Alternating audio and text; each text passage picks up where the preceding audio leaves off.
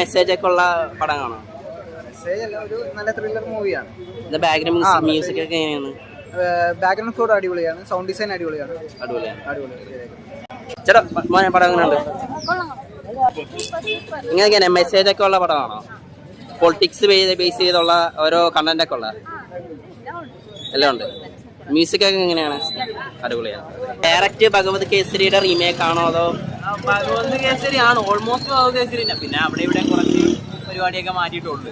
എങ്ങനെയാ നമ്മുടെ പൊളിറ്റിക്സ് ആ ഇലക്ഷന് മുന്നേ ഇറങ്ങിയ സിനിമയാണോ അതോ കറക്റ്റ് ടൈമിലാണോ ഇറങ്ങിയത്? ഇപ്പൊ ഇറങ്ങേണ്ട പടമല്ല, നേരത്തെ ഇറങ്ങേണ്ട മുന്നേ ഇറങ്ങിയ പടമായിരുന്നു. അതായത് പുള്ളീനെ മെയിൻ ആക്കിയിട്ടുള്ള, അതായത് ഇതിനകത്ത് എനിക്ക് ഇഷ്ടപ്പെടാൻ ഒരു കാര്യം, സാധാരണ വിജയപടം മാസമാണ്, പക്ഷേ ഇത് ഭയങ്കര മാസമാണ്. അതായത് ഇങ്ങനെ പൊക്കിയടിച്ച് നമുക്ക് ദഹിക്കാൻ ഇച്ചിരി ബുദ്ധിമുട്ടുള്ള രീതിയിലുള്ള, ഫാൻസിന് വേണ്ടിയുള്ള ഇറക്കിയ പടം പോലെ ഫാൻസിന് ഉപരി ആ ഇലക്ഷന് വേണ്ടിയുള്ള സാധനമാണ്.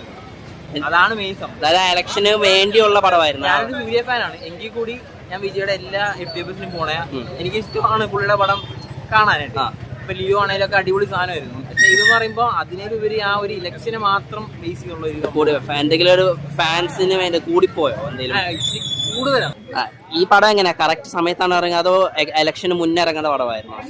ആക്ച്വലി ഇതൊരു റൈറ്റ് ഡേ ആണ്.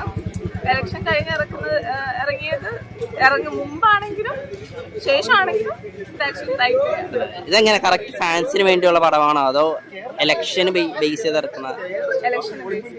രണ്ടും ആക്ച്വലി മിക്സഡ് ഫീൽ തോന്നിയാണ്. പലരും പറഞ്ഞ ഇത് ഒരു മാസ് മസാല പടമാണ്, അല്ലെങ്കിൽ ഭഗവത് കേസരിയുടെ ഡയറക്റ്റ് റീമേക്ക് ആണോ? അല്ലെങ്കിൽ ഞാൻ അതൊന്നും കണ്ടില്ല. ഞാൻ റൂമേഴ്സ് ഒന്നും കണ്ടില്ല. ഞാൻ ഇൻസ്റ്റയിലാണെങ്കിൽ ഈവൻ ട്രെയിലർ പോലും കാണാതെ ഞാൻ പടം കാണാൻ വരുന്നത്. സോ അതിന് മുമ്പുള്ള റൂമേഴ്സ് ഒന്നും ഞാൻ കാണത്തില്ല, ഞാൻ കേൾക്കത്തില്ല. സോ വിജയ്ക്ക് വേണ്ടി മാത്രം. വിജയ് ഫാനാണ്.